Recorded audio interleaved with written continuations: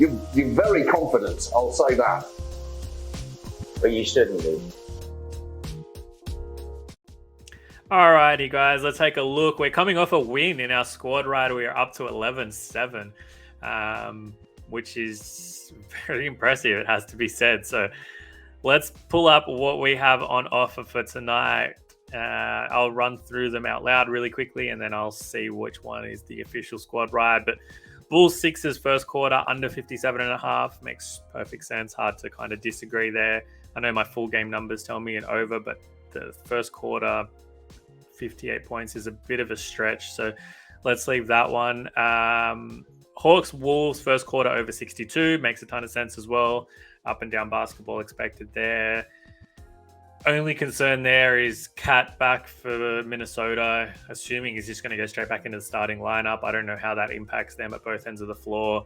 Obviously, it never worked to start the season. They kind of figured things out without him. Now to incorporate him back into the lineup, things might get a little bit complicated. Knicks first half +1. Shock horror there that one made the list. Again, I can't talk you out of it. I've got Knicks full game. First half is obviously just an autoplay, it seems, in most of their games, especially one where you already like them full game. Lakers money line getting some love there. A couple of people on Lakers money line against Phoenix. I think that is a true coin flip. I honestly could not separate those two teams whatsoever.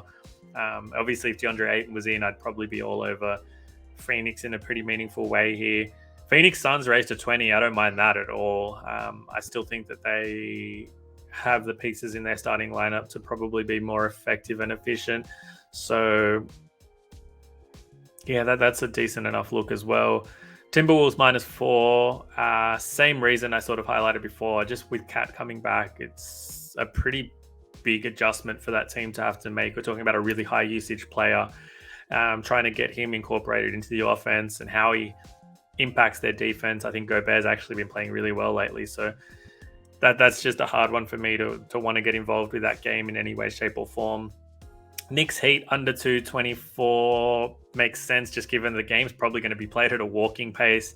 My number basically, I think, right on where it currently is. I had a little bit of value to the initial opener, which was at 222, I believe. But I can understand. I have no numbers edge on the under, but I can definitely understand that being the side, just given how this one's likely to be played out. We have Austin Reeves over 14.5 points.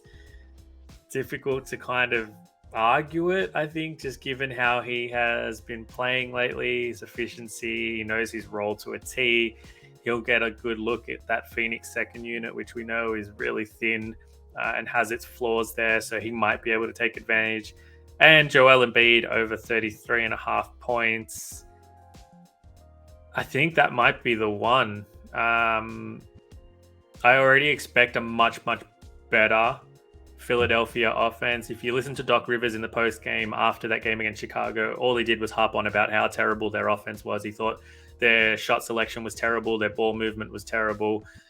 He thought that they made Chicago's defense look better than what it was because they just simply weren't swinging the ball, they weren't trusting the pass, and they weren't getting their stars in position with time on the clock. There were too many situations where they were getting the ball in Embiid's hand with 5 seconds to go, and he's sort of on the perimeter, which is pointless. So Joel Embiid over 33.5 points. I think we locked that in as the official squad ride.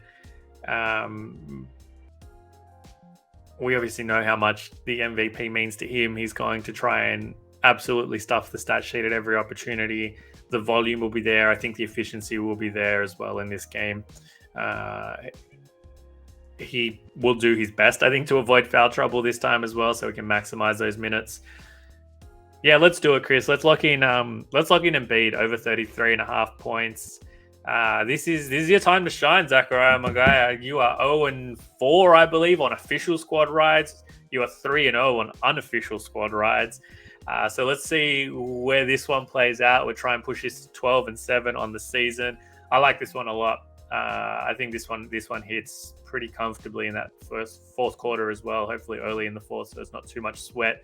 But we are riding with Joel Embiid's points as the official squad ride pick for today against the Chicago Bulls in what should be a favorable matchup, as assuming Harden doesn't go as well, I think that's only going to help him.